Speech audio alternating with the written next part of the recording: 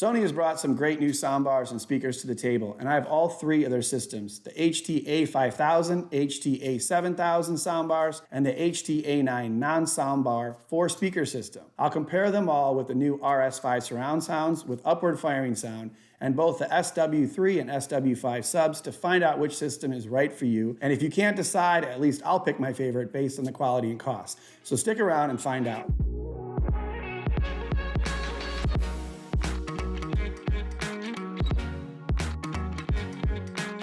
What's up? It's P the Installer here, and I've been around soundbars and TVs for years, so I'm excited to finally have the time and product to give my take on all three of the new Sony audio systems. Please hit the like button when you find the video useful, and make sure to subscribe to the channel and set the bell to all in order to be notified when I upload a new video. Before we get too far, I want to know which of these systems you have, or are you going with another brand? Let me know in the comments. And new to 2022 is my new channel, Be the Consumer, where I'll review all the other consumer products. The Tesla Model Y performance video is up now and many more to come. So if you're up for more general consumer product content, I'd be happy to have you there as well. Lastly, a PSA. Don't fall for scams. People try to impersonate YouTubers in the comments claiming you want a prize. Don't be silly. I would not reach out to you in the comments and claim to give you a prize, let alone make you pay me first. Think about that. So don't get scammed and report commenters who are trying to do so. All right, so we have the Sony HT-A5000, which is a 5.1.2 channel soundbar, the HT-A7000, which is a 7.1.2, and the HT-A9, which is a really cool 4-speaker surround sound system. Each with a little different price point, but all rather expensive when you think about it. So it's hard not to be tough on these products, as there's a lot of soundbar options that will be at lower costs. As I said, I'll give a brief overview of each system and then speak to the obvious need to add one of the two subwoofers and possibly one of the two sets of surround sound speakers to the A5000 or A7000, and then my advice to you and favorite system. So let's start with the most entry-level product, the HT-A5000. Coming in at $1,000, it's not your grandpa's soundbar. This 5.1.2 Dolby Atmos soundbar is 47 3/4 by 2 3/4 tall and 5 5/8 inches deep, which is slightly larger than the very popular Sonos Arc, which I'll compare to later on. As a standalone, the A5000 has a center, a left, right, 2 beam tweeters that offer a much more immersive surround sound, and then 2 upward firing Atmos-enabled speakers to offer a better overhead sound experience. It also has a pair of X-balanced speakers that act as subwoofer on either side of the center channel. The A5000 has the look of a premium product with the blackish gray plastic and metal finish. I really like how the HT-A5000 looks without any cloth on it. It has one HDMI input that can carry 4K at 120, 8K, and Dolby Vision HDR through the HDMI out to the TV. The A5000 plays both Dolby Atmos and DTS:X formats. The A7000 is very similar to the A5000, but it's bigger and better. Being a 7.1.2 soundbar, it obviously offers 2 more channels, 11 versus the 9 of the A5000, and 50 watts more power at 500 total watts versus the 450 of the A5000. The soundbar is 4 inches longer than the A5000 at 51 1/4 inches, as well as slightly taller and deeper. The bar looks even more premium with a black glass top, but unfortunately the upward firing speakers are covered in black cloth that loves to attract dust and pet hair. But if that's the worst thing you can say about a soundbar, then it's pretty solid. The A7000 has 2 HDMI inputs and 1 out. So if you have multiple gaming systems or just multiple HDMI devices, you can run all of the 4K and 8K signal through the soundbar. Both soundbars have a strong flagship quality look to them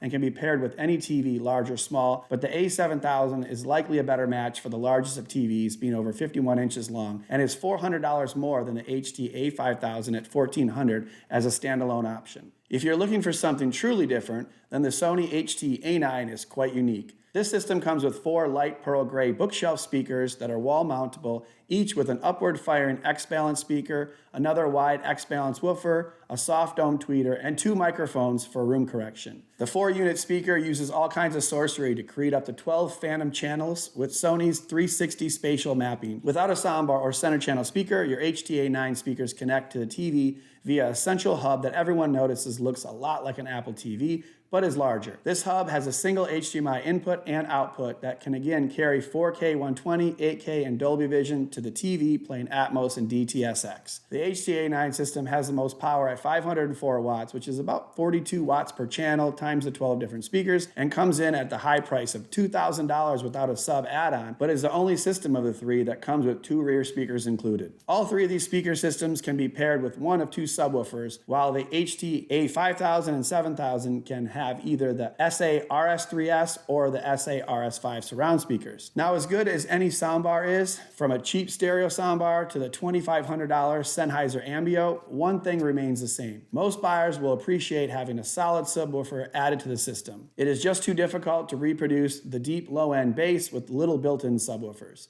And these Sony systems are no different. Yes, there may be a small minority of folks who have concerning neighbors to worry about or just don't like bass, but that's not me. And Sony offers a 200-watt SA-SW3 Subwoofer for $399 and the larger 300-watt SA-SW5 for a whopping $699. Both pack a solid punch and are priced appropriately for how they perform, even if they're still too expensive. The SW3 is better than many have advertised, filling a small to medium-sized room with plenty of power and punch. Multiple times while testing the SW3, I forgot we had it in the room and jumped out of our seats when the Netflix intro came on. And when playing music, there was plenty of punch without straining the sub, even if it wasn't 20 hertz level. I think a majority of people will be quite happy adding the SA-SW3 to any system and would be the first addition I would add in a smaller room. If you're a bass junkie, then you would likely want to opt for the SA-SW5 if you can find a way to keep it still. The 18-centimeter driver and passive radiator dances around more than I'd like on hardwood, but packs a wallop even in larger rooms. The SW5 was much more than I expected, but what's deserved for the $700 price tag. The SW5 is an absolute game changer, and I would highly recommend it if you want to max out any of the system options. Another potential game changer and the newest option to the Sony sound in 2022 is the SA-RS5 truly wireless 3-channel surround sound speakers that offer both upward firing sound and have 10 hours of battery life if you want to unplug and move them around to better the sound in your room. These RS5s are about 2/3 the size of the HT-A9 speakers at 9 7/8 inches tall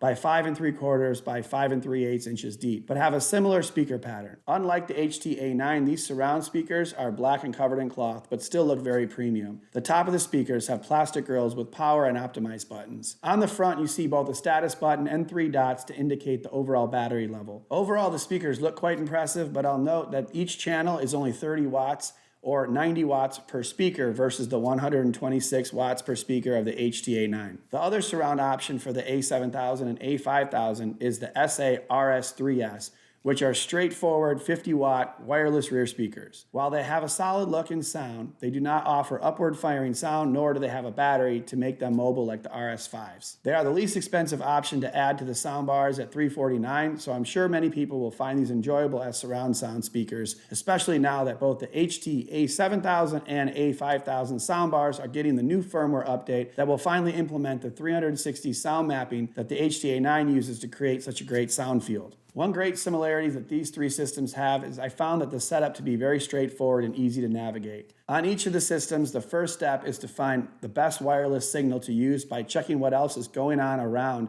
in the available range. This helps maintain a solid connection while communicating to other speakers should you add a sub or surrounds. After the configuration is confirmed, all 3 systems will offer the room optimization, which will send sounds into the listen area and check the distance from other speakers and the surroundings. I do appreciate the ability to independently raise or lower the soundstage, as well as move it left or right of center based on your listening positions, though you don't have full control over all the speakers.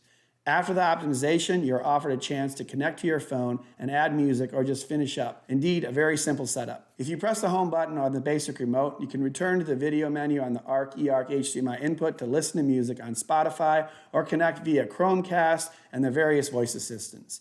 I prefer to play most content on my Apple TV, including music on Tidal or Amazon Music, and TV and movies on YouTube TV, Netflix, and HBO Max, and other apps. The audio travels back to all 3 systems with that HDMI eARC port that work well with my Sony TVs. The only issues I had with connectivity was the added functionality you get in the Sony TV menu. Once I plugged my HT-A5000 in, it slowed down the Sony A90J on-screen menu and occasionally made it inoperable, including once resetting the TV and a few times making it impossible to switch to the HDMI port on the TV that had the Apple TV in it. This didn't happen before the soundbars were plugged in. But the overall benefit of having a Sony TV where you can access many of the audio settings of the soundbars on screen is quite nice when it works. You can change sound modes, increase voices, engage night mode, increase bass, sub, and rear volumes, and engage the immersive AE to get the most out of the sound effects. Besides the menu upgrade, Sony TVs can also act as a center channel or support the two soundbars increasing center channel through the S-Center connection. I'll be quite upfront and say that the Sony OLED TVs work best for this feature, and I would not recommend Sony LED TVs to handle this responsibility. And sometimes even the OLED TVs can present some issues with sound quality when compared to the soundbar or system by itself, and I'll get into that in a bit. So let's look at all three systems. I've tested each one of them with both subs, and the A5000 and A7000 were tested with both sets of rears, and this is what I found. The HT-A5000 is the least expensive option, so I'd call it the entry-level soundbar at a cool $1,000. But it doesn't sound like an entry-level product, nor should it at that price. The A5000 was very similar to my Sonos Arc, which I had sitting right next to it, so for context, I think comparing it may help. As a standalone product, both the A5000 and Arc have crisp-sounding dialogue and solid highs and midtones. The Sonos Arc seemed to have a bit more bass, but neither had enough for me. The advantage for the A5000 is that there is an HDMI input for connecting another device, as well as a good deal of customization available, including the immersive AE and different sound modes, where the cinema mode sounded better on both the Sony soundbars. I'm not sure if the customization makes a $200 difference, but on auto or standard, the Arc sounded better. But on cinema, the Sony sounds slightly better. And if you have a Sony OLED, adding that as a center channel is a knockout punch. The A5000 and the A90J sound amazing together, doubling the main vocals of music or movie dialogue with much taller soundstage. Once I added the SA-SW3 Subwoofer, I found the bass that the soundbar was lacking. So it'd be safe to say that if I had only $1,400 to spend with no plans to upgrade, I would get the HT-A5000 with the SA-SW3 Subwoofer instead of the HT-A7000 by itself. I just need the extra bass, and the HT-5000 is a solid product. The only downside that I noticed in the HT-A5000 is that I didn't get the cleanest or loudest audio until I changed it to the cinema mode. The other modes were a bit disappointing, but cinema was fantastic for all content. And adding either of the surround speakers is a great bonus, taking some of the responsibility away from the soundbar and offering a more robust overall feel. I'm perfectly content with either surrounds, but I think many will be fine with the smaller and more physically resilient RS3s speakers. No cloth to worry about, but then again, no battery power or upward firing speakers. But with the HT-A5000 that has the newest firmware update, not yet available to the public, the 360 spatial mapping is on point. I feel that both surround speakers are accurate and reliable in a pretty large room with no cutouts, and they don't overpower the soundbars, which can happen if you sit too close to one of the HT-A9 speakers. Of course, the RS5 sounds slightly better, and when they're at ear level or slightly below, the 360 sound offered is at its best. With the typical 8-foot ceilings of our bedroom, you feel immersed in movies and music. However, in the living room, much of the phantom height sound was lost into the void of extremely vaulted ceilings. In this case, you would benefit from the less expensive RS3 speakers that still sound quite nice. As far as using the RS5s on battery power,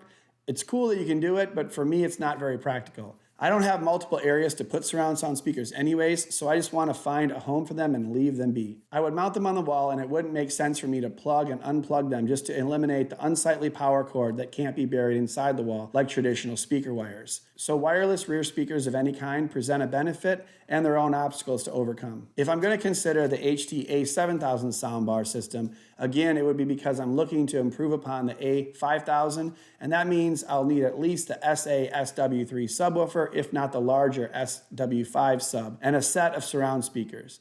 This would cost anywhere from $1,800 to $2,700 all in, which is nearly double that of the A5000 and smaller sub. The sound quality of the A7000 is improved and can be played at louder volumes than the A5000. I found it to be a more well-balanced soundbar, especially with the sub and RS5 surrounds. Again, on the cinema settings, it was just very even and didn't require us to hurry up and lower it on a loud moment in a movie or show. And in reverse, we could hear the dialogue just fine when it was a quiet scene. When playing music, again, the system sounded like it was made to be together. Go figure. And again, adding the Sony OLED as a center channel complements the HT-A7000 nicely for main audio or vocals, making it even easier to hear important dialogue and raising the overall soundstage. As I said a couple times, personally, I would have to have at least the SW3, which rounds out the system on the low end, while the soundbar has plenty of mids and highs. I'm sure many others would opt for the SW5 for the extra $300 to really shake the home cinema. But then another $600 for rear speakers? Probably a good time to mention that I recently made a video on who should buy soundbars versus wired setup, and the cost of this system is starting to feel a bit overwhelming for the average consumer. But I suppose you could start with the soundbar and sub and add rears if needed, because I feel like both sets of surround sound add to the system, but not as much as either of the subwoofers. That may be different for other listeners if you value the 360 sound more than the impact of the bass. But if you're all in on the $1,400 soundbar, the $700 SA-SW5 Sub, and then $600 for the SA-RS5 surround speakers, then you're at the exact price of the HT-A9 system with that same larger SA-SW5 Sub, if you can find the system anywhere. So one of the most crucial questions I feel I need to answer is which of the systems I'd prefer for the $2,700 the A7000 and the A9 cost if maxed out. The HT-A9 system is the loudest yet, and in a larger room, I find it best when it's spaced out and at ear level or lower to get the most effect from the phantom speakers. And for the most part, I'm extremely happy with them for listening to music and watching movies. But there's one issue that I'm noticing more and more, especially now that I have the HT-A7000, and that is the phantom center channel is just not as good as having a soundbar with an actual physical center channel present. And when you add the Sony OLED as a center channel, it has to take full control of center responsibilities instead of complementing the A7000 and A5000, where there's still a physical speaker also pumping as a center channel. So it's a bit frustrating after moving the HT-A9 speakers all over to get that phantom center point at our listening area and not getting the desired results. I still go back and forth trying to get more dialogue and main channel audio out of the HT-A9 with and without the TV as a center. I just feel the HT-A7000 does a much better job of directing important dialogue and general sound at you from where you'd expect in a movie, with or without the TV helping. The HT-A7000 also has 2 HDMI inputs on it versus just one on the HT-A9. Lastly, the HT-A9 has been dropping signal more than the rears of the other systems. That could just be due to my larger room with the larger vaulted ceilings, as it's kind of hit or miss with the HT-A9. But if you add it all up, I just prefer the HT-A7000 maxed out with the SA-SW5 and the SA-RS5 surround speakers to offer a very similar 360 spatial mapping bubble where all the sound is very even, the center channel comes from a more accurate and natural position, and the surround sound isn't overwhelming or in need of volume changes depending on if you're watching sports or a movie or music. But if you have a very square room or if you need flexibility of having the speakers in random areas around the room, the HT-A9 pumps out a lot of high quality sound and is very enjoyable if you can solve the center channel issue. And if you want max volume on all speakers, you may think that the RS5 speakers aren't loud enough. At the highest level, there was not loud dramatic effects like there were in the HT-A9, even though the RS5s were more even and subtle. If I had one ask, it would be that they make a 5th speaker for the HT-A9. I would be completely fine having another similar looking speaker placed on its side as a center channel. The phantom center is just not enough, and my 83-inch A90J just doesn't cut it when I know that the HT-A7000 plus the A90J make for a perfect pairing as a center. Or somehow allow customization of the sound and even offer people an EQ.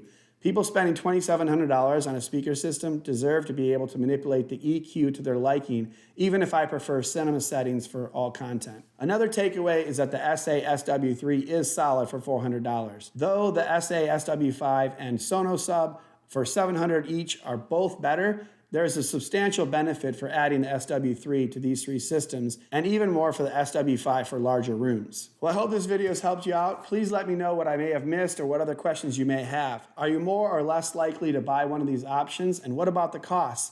I hope some of this goes on sale soon. Let me know in the comments. And make sure to smash the like button, subscribe to the channel, and ring the notification bell. And definitely check out my new channel, Be the Consumer, where I go over the Tesla Model Y performance and my first 3 weeks owning it. Definitely check it out, and I will see you on the next one.